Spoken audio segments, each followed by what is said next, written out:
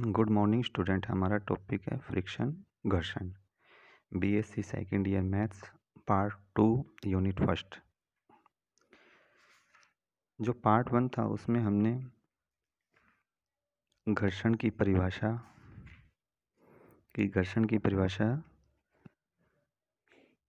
जब दो पिंड परस्पर स्पर्श करते हो तो पिंडों का वह गुण जिसके कारण उनके स्पर्श बिंदु पर एक ऐसा स्पर्शीय प्रतिरोधी बल उत्पन्न होता है जो एक पिंड को दूसरे पिंड पर फिसलने या गति करने से रोकता है, घर्षण कहलाता है और उस बल को घर्षण बल कहते हैं।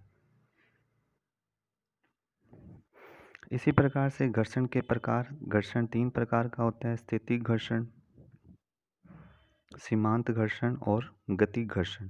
फिर घर्षण कोण, जो घर्षण गुणांक होता है वो 10 घर्षण कोण के बराबर होता है।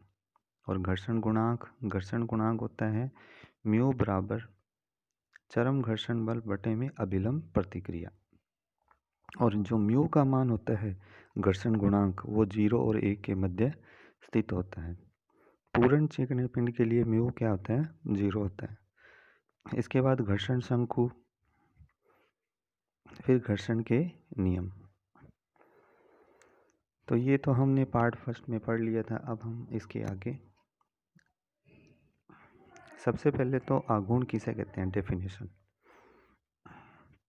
The movement of a force about A point is the product of the force and the perpendicular distance of the point from the line of action of the force। यदि बल F बिंदु O से गुजरता हो तो P बराबर 0, परिणामतः F का O के सापेक्ष आघूर्ण 0 होगा। यदि बल F का बिंदु O के सापेक्ष आघूर्ण 0 है तो F बराबर 0 या P बराबर 0, अर्थात या तो बल का परिमाण 0 है या बल की क्रिया रेखा O से गुजरती है। आघूर्ण की ज्यामितीय व्याख्या: यदि बल F परिमाण तथा दिशा में दिष्ट रेखाखंड AB द्वारा निरूपित होता है तो F का O के सापेक्ष आघूर्ण F डॉट स्मॉल p, जैसा कि डायग्राम में है। स्मॉल p क्या है? परपेंडिकुलर, या AB वेक्टर का परिमाण डॉट OM बराबर 2 ब्रैकेट में 1/2 AB dot OM equal to त्रिभुज OAB के क्षेत्रफल का दुगना।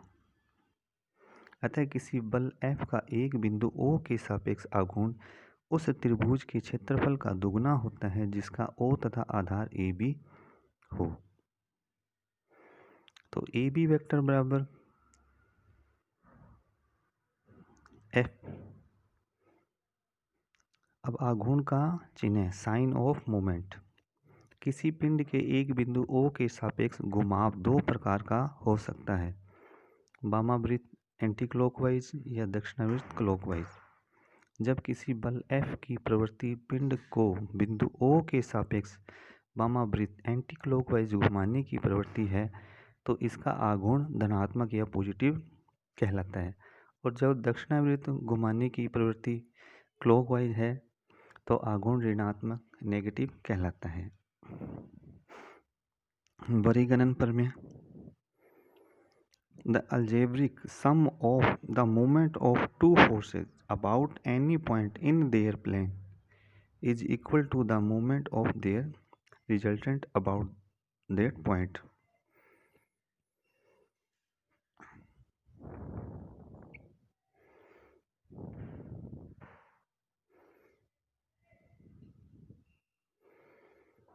आघूर्णों का व्यापक प्रमेय: generalized theorem of moment statement: if any number of coplanar forces acting on a rigid body have a resultant, the algebraic sum of their moment about any point in their plane is equal to the moment of their resultant। ये ऊपर में first, यदि समतलीय बलों का एक निकाय साम्यावस्था में हो तो उनके तल में स्थित किसी भी बिंदु के सापेक्ष आघूर्ण का बीजीय योग 0 होता है। सेकंड, यदि समतलीय बलों का एक निकाय का उनके तल में स्थित किसी बिंदु के सापेक्ष आघूर्णों का बीजीय योग शून्य है तो उनका परिणामी शून्य होगा या परिणामी की क्रिया रेखा बिंदु से गुजरेगी। ये तो वो चीज़ें हैं जो हम पहले ही 12th क्लास में पढ़ चुके हैं, फिर भी इनको रिवाइज करवाया गया है। अब इसका एक एग्जाम्पल लेते हैं। एग्जाम्पल से पहले MN theorem. In a triangle A B C, तो P be any point in the base A B, dividing it into two segment small m and n, let angle ACP equal to alpha, angle BCP equal to beta and CPB equal to theta। then यदि त्रिभुज ABC के आधार AB पर कोई बिंदु P है जो AB को m अनुपात n के अनुपात में विभाजित करता है और कोण C को अल्फा बीटा में बांटता है तथा कोण CPB इक्वल टू थीटा, तो एम थ्योरम इसके दो पार्ट हैं। जैसे m plus n cot theta equal to m cot A minus n cot B। इसका B part m plus n cot theta equal to n cot A minus m cot B।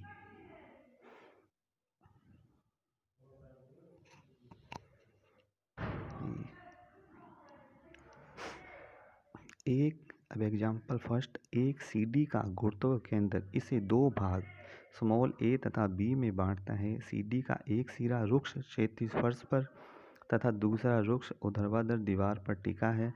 यदि फर्श तथा दीवार का घर्षण गुणांक क्रमशः म्यू तथा म्यू डैश हो तो प्रदर्शित करना है कि सीमांत संतुलन में CD का फर्श से झुकाव tan इनवर्स मंझले ब्रैकेट में a minus B mu mu dash बटे में म्यू a प्लस बी होता है।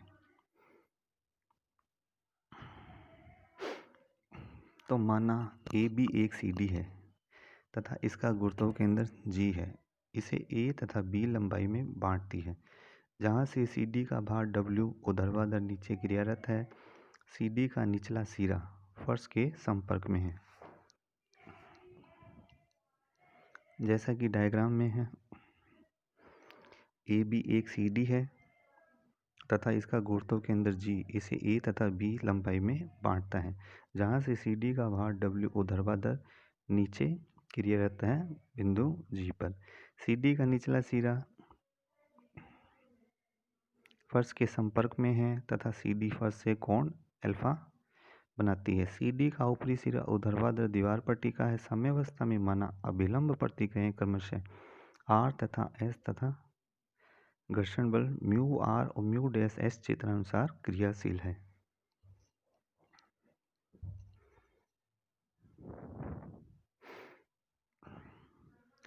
अब CD का निचला सिरा फर्श पर है तो ये क्या होगा, बाहर की तरफ फिसलेगा तो एक प्रतिक्रिया ऐसी होगी R जो इसे फिसलने से रोकेगी, तो वो ऊपर की तरफ होगी।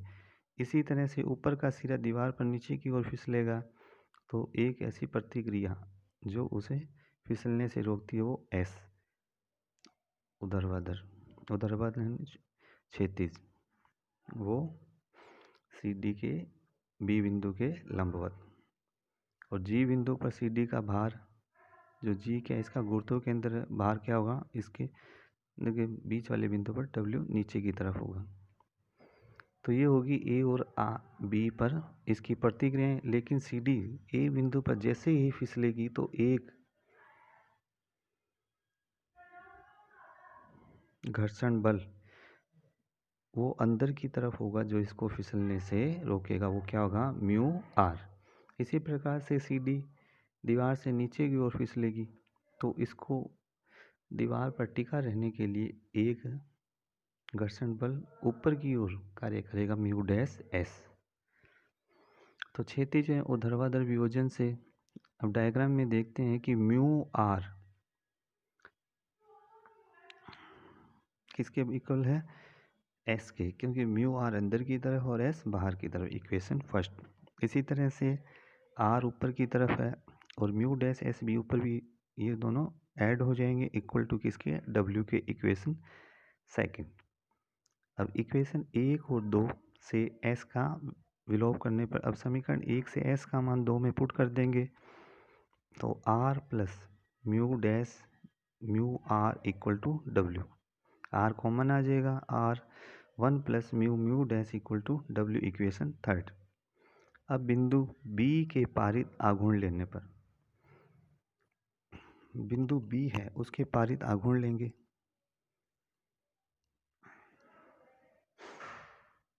सबसे पहले जो W है, W अब बिंदु बी पर जब हम, तो W क्या होगा, एंटी क्लॉकवाइज है, तो W और इसकी दूरी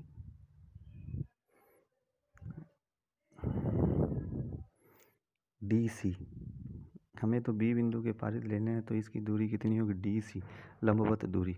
बिंदु बी से देखते हैं तो ये लंबवत दूरी कितनी है, DC, W डॉट DC आघूर्ण की परिभाषा से प्लस म्यू आर इसकी लंबवत दूरी क्या है, म्यू आर से BC, mu R dot BC, ये भी क्या है, एंटी क्लॉकवाइज है म्यू आर, और जो आर है वो क्या है, क्लॉकवाइज। बी बिंदु के सापेक्ष देते हैं तो क्लॉकवाइज, इसलिए माइनस लगा है, माइनस आर डॉट दूरी लंबवत दूरी कितनी है, AC, आर के लिए AC इक्वल टू क्या होता है, आघूर्णों का बीजीय योग 0 के बराबर।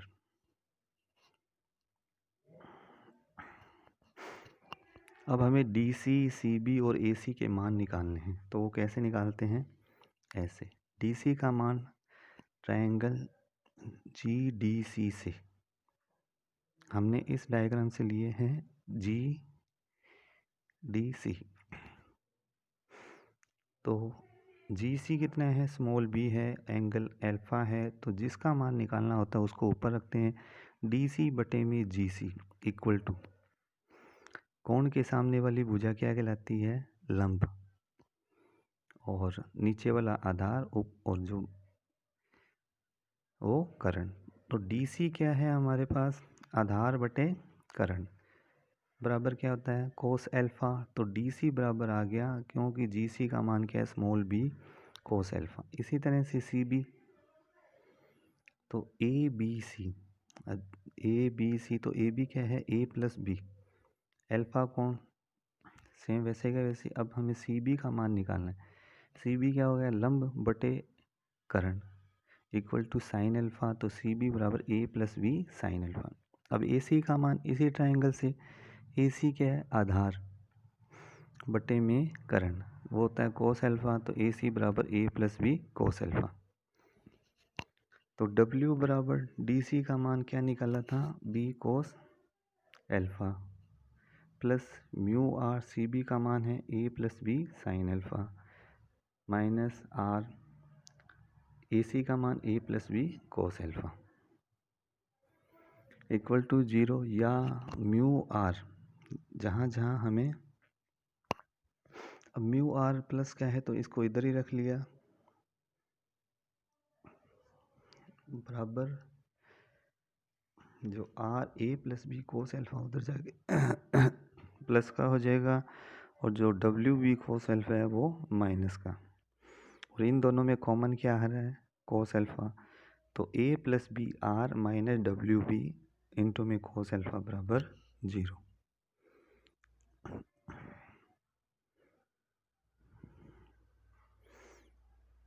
इक्वल टू 0 ये नहीं आएगा, क्या आएगा, mu R A plus B sine alpha equal to minus WB plus A plus B R cos alpha.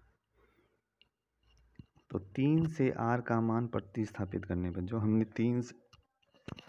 समीकरण 3 से हमारे पास R का मान क्या आया था, R का मान आया था W बटे में 1 प्लस म्यू म्यू डैश, ये R बराबर हो जाएगा W बटे में 1 प्लस म्यू म्यू डैश, ये मान यहाँ पुट कर देंगे, R की जगह ये R है हमारा, म्यू R, इसकी जगह R की वैल्यू पुट करेंगे तो क्या आएगा, mu A plus B dot W बटे में 1 plus mu mu dash tan alpha, tan alpha कैसे है, साइन बटे cos equal to minus W B plus A plus B और आर की वैल्यू डब्ल्यू बटे 1 प्लस म्यू म्यू डैश।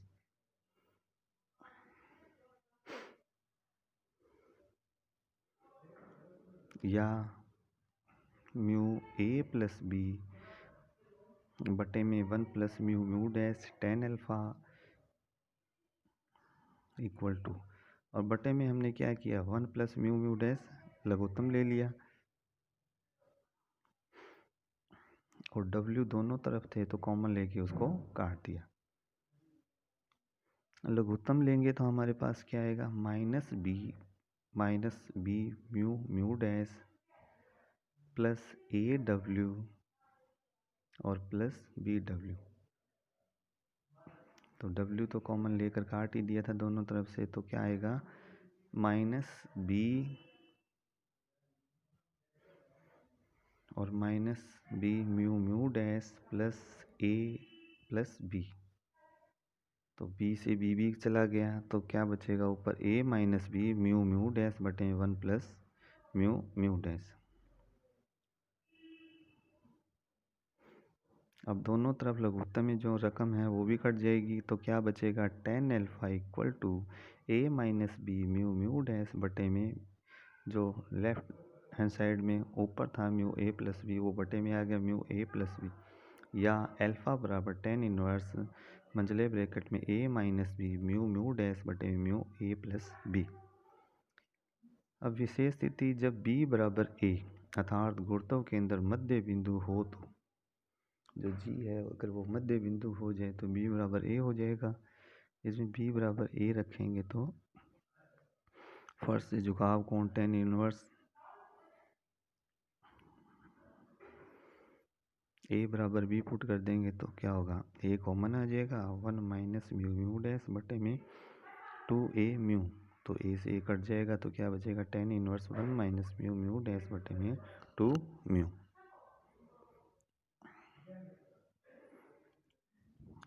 धन्यवाद।